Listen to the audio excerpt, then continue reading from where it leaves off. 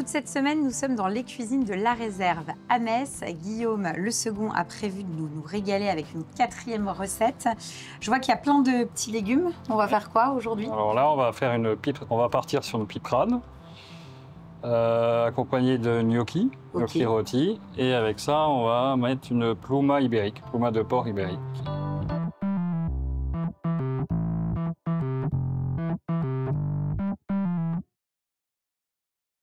Donc là, on va lancer notre piperade. Donc tu vas mettre un petit peu d'huile d'olive dans une poêle que tu as chauffée au préalable. Là, je vais venir ajouter d'abord les oignons rouges. Ok.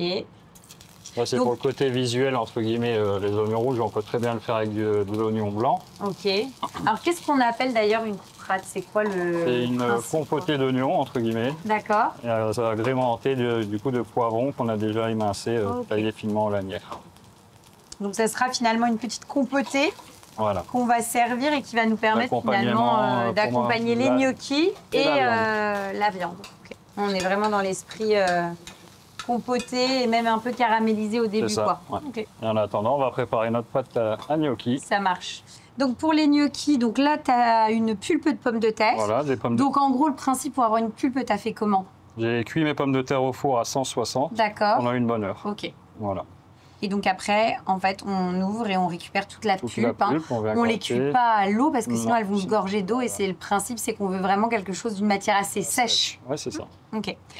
Donc voilà, là j'ai mes pesées qui sont là. Là, tu as combien pesées de pommes de terre? Là, on va dire 1 kg de purée de pommes de terre. Ça marche. Donc à ça, je viens rajouter 100 g de farine. Ok.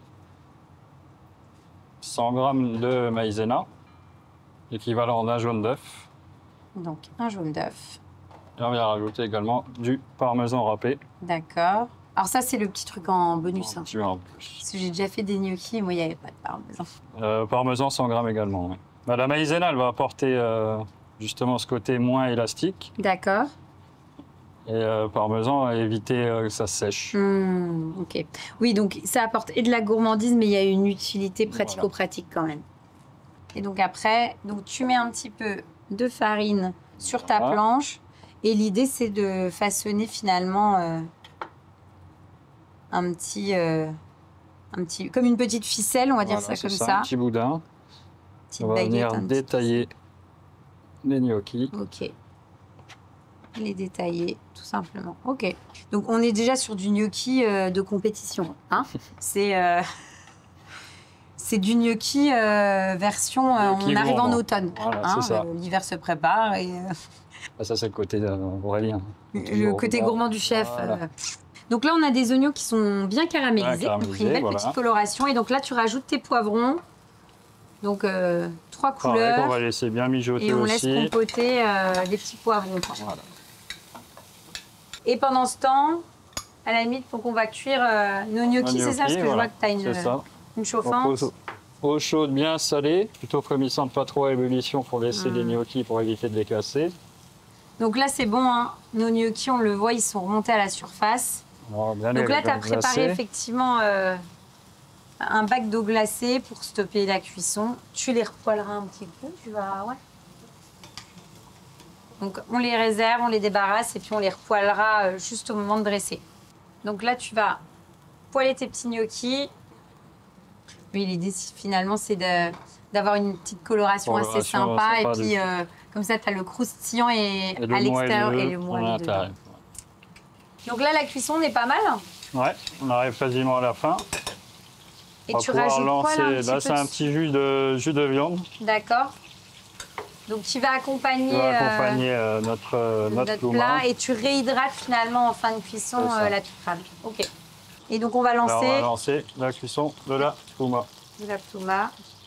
Et donc là, l'idée recto verso, tu la saisis bien. Voilà, on va finir la cuisson au four. Tu mets tes petites herbes aromatiques et un petit peu d'ail pour parfumer. Donc là, on va terminer tranquillement la cuisson de nos gnocchis et de la plouma qu'on va finir au four. Voilà. On dresse et on goûte.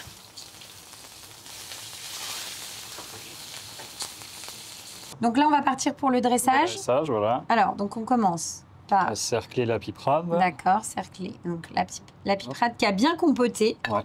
qui a une belle coloration. Hein. On a vraiment le côté très caramélisé. Hop.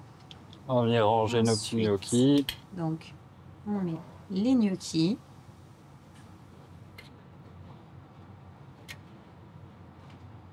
Donc, tu viens tailler ta viande.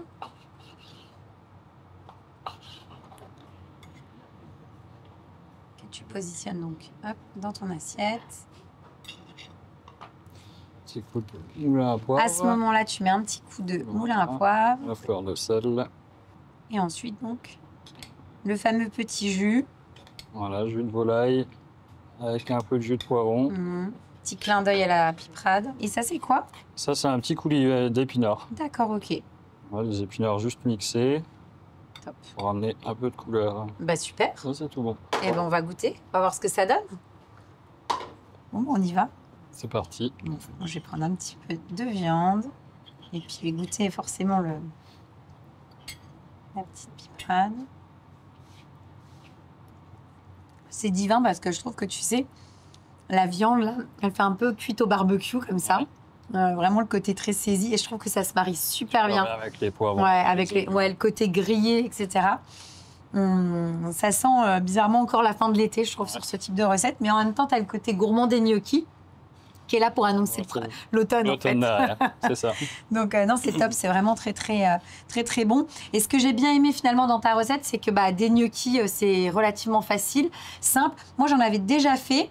Je m'étais embêtée avec la cuillère, etc. Et là, je trouve que en 2 temps, 3 mouvements, on a fait le petit boudin, on a coupé et roule ma poule, c'était fait, quoi. Donc, top. Belle recette. On va s'arrêter là avec toi, puisque on va réaliser le dessert avec Quentin, le pâtissier. Est-ce que tu sais ce qu'il a prévu pour nous? Quentin, il a prévu un cheesecake à la cuillère avec des fruits du verger.